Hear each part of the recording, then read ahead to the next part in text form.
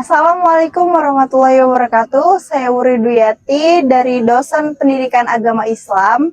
Nah, hari ini saya akan mengajar untuk membawakan materi tentang strategi pembelajaran aktif pada mahasiswa program studi pendidikan agama Islam.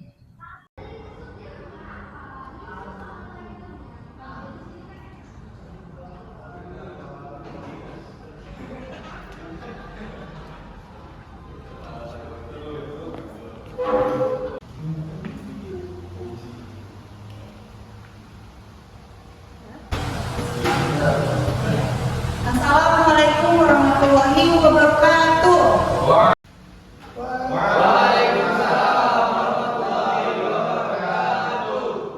Strategi pembelajaran penting.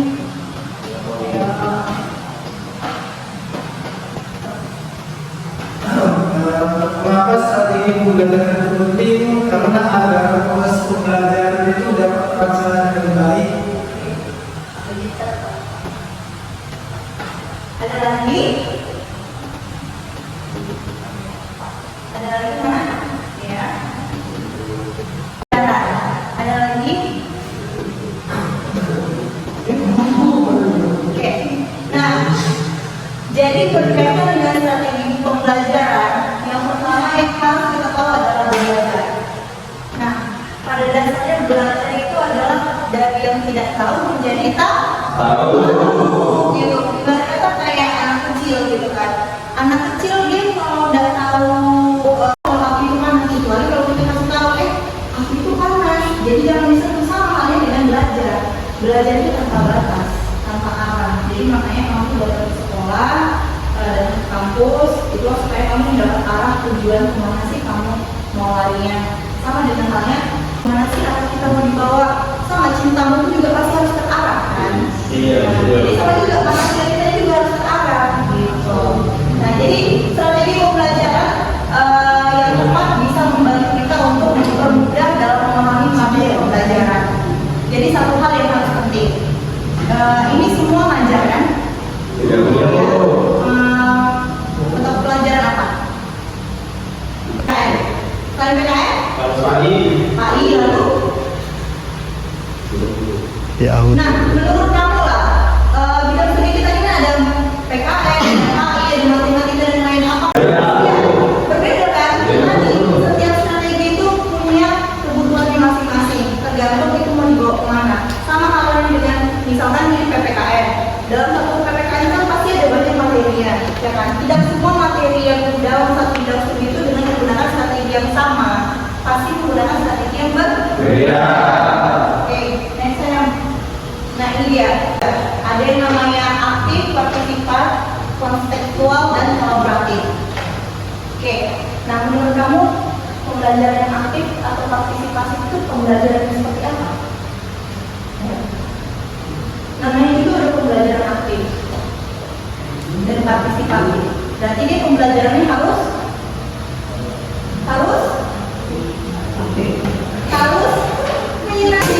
menyenangkan. Makanya kita jadi guru tuh, apalagi matematika juga pasti anak-anaknya matematika males banget maksudnya gitu kan, apalagi kontekstual.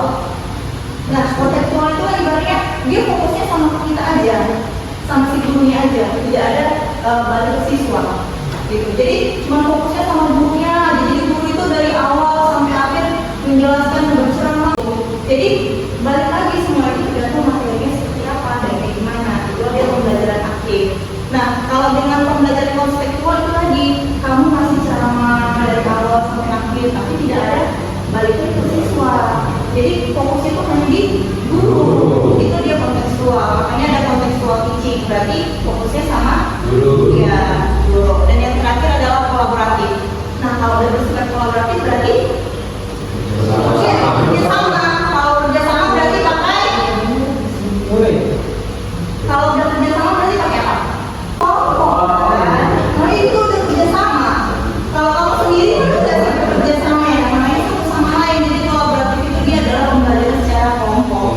Jadi dalam strategi pembelajaran itu ada yang namanya berkelompok, ada yang namanya kontekstual, dan ada yang namanya pembelajaran aktif. Nah, apa yang cocok untuk bidang studi kita dengan strategi pembelajaran ini? Karena begini konsepnya, Di dalam strategi pembelajaran itu ada yang namanya metode, ada yang namanya teknik, ada yang namanya apa lagi? Ayo, metode, teknik, satu lagi gaya.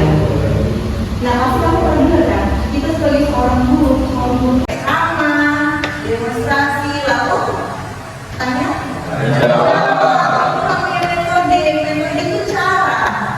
Sedangkan kalau strategi itu adalah segala sesuatu bagaimana perencanaan proses pembelajaran kita berjalan dengan lancar. Kita memasukkan ada yang namanya metode, ada yang memasukkan namanya taktik, teknik, dan gaya mengajar. Itu ada yang namanya strategi. Nah, sedangkan kalau misalnya teknik kita gimana sih mengajarnya? Contoh, kayak saya itu jalan, ya mungkin teknik saya seperti ini, teknik mengajar saya. Ibaratnya kayak face ke kamu, tanya jawab langsung, itu kan teknik. Nah, kalau gaya itu tadi setiap orang punya gaya mengajar masing-masing. Ada tipikal guru yang duduk aja, jangan kasih gimana gitu. Ada yang tipikal guru satu lagi yang disitu aja segala macam dalam menyampaikan materi ada. Jadi gaya mengajar itu tergantung orangnya. Makanya setiap bulan materi bapak ini kayak gini.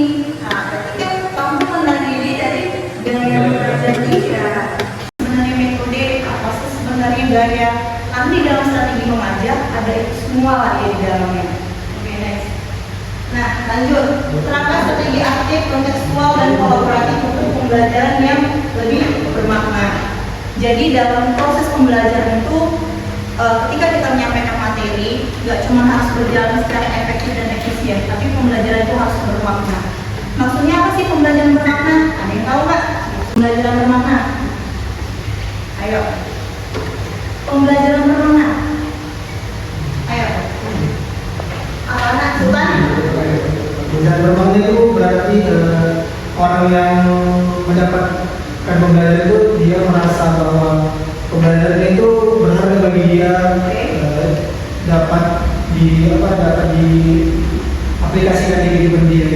Jadi sehingga ya dengan pembelajaran itu maka ya itu menjadi pengalaman hidup dia.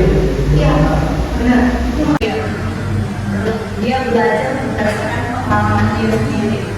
Nah, contoh, kamu datang ke sekolah atau ke kampus, masuk ke mata kuliah saya strategi pembelajaran, pasti ada isi di dalam kamu. Tidak mungkin kamu menomorkan, kecuali kamu anak TK yang masih baru sekolah. Karena mereka yang datang itu nggak bawa apa-apa, isi kepala itu nggak ada. Beda dengan kamu datang masuk ke kelas duduk, pasti kan ada yang kamu punya di dalam. Nah, pembelajaran pertama tadi kamu mengembangkan pembelajaran kamu berdasarkan pengalaman belajar kamu sendiri. Itu dia. Jadi lanjut. Nah, ini ada keterlibatan langsung, ada yang berpikir kreatif, berpikir kritis. Nah, jadi saya minta tugas kamu di sini, menurut kamu pembelajaran yang melibatkan keterlibatan langsung itu pembelajaran seperti apa? Silahkan dikerjakan di atas. Udah siap angkat tangan, nanti biar kita diskusikan sama-sama. Kan tadi ada tuh pembelajaran bermakna, tadi sudah dibilang pembelajaran bermakna seperti apa dan kayak gimana. Nah, di dalam pembelajaran bermakna itu kan pasti ada proses keterlibatan langsung. Nah, keterlibatan langsung itu keterlibatannya seperti apa proses belajarnya? Apakah dia hanya gurunya hanya sebagai fokusnya, atau dia melibatkan siswanya juga, atau siswanya sebagai center, atau seperti apa? Atau dia bisa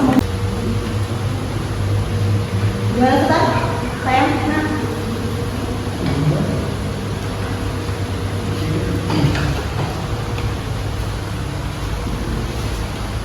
Oke.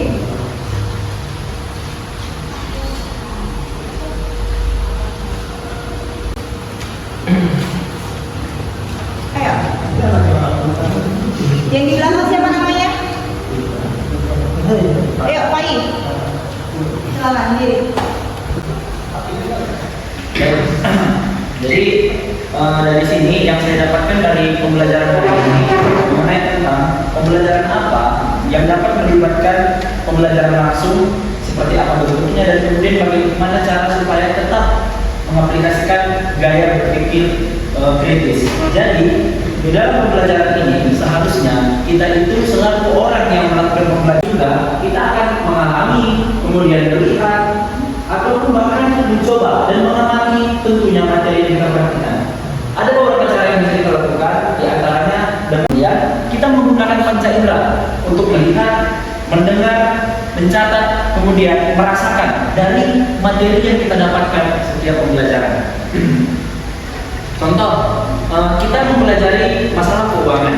Nah, dalam masalah keuangan ini kita akan langsung mencatat pemasukan dan pengeluaran kita sendiri. Kemudian contoh yang kedua adalah kita belajar tentang aturan jalan, di mana dalam aturan jalan ini kita akan belajar mengamati lalu lintas tentunya. Kemudian yang terakhir adalah contoh belajar tentang sebuah berita, yang dimana dalam sebuah berita ini kita akan langsung mencari sumber mana sumbernya yang sifatnya asli dapat diverifikasi dengan baik atau sumber yang tidak jelas atau akan melahirkan hoax. Baik, itu saja. Terima kasih. Oke, ada lagi yang menanggapi? Sepakat? Oke. Nah, jadi dari jawaban si Pak tadi sebenarnya dari pengalaman kamu sendiri.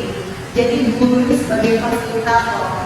Kalau jangan dulu guru itu kan hanya sebagai fasilitator, tapi jadi fokusnya jadi senternya.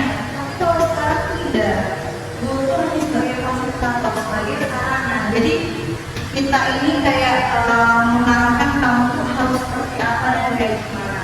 Itu aja yang membangun belajarnya sendiri. Makanya ketika kita punya pengalaman belajar kita sendiri, itulah kita kasih namanya problem based learning, pembelajaran berbasis masalah.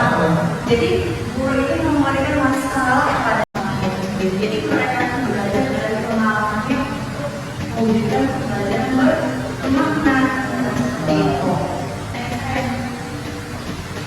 Oke, sampai sini ada yang bertanya? Sebelum lanjut,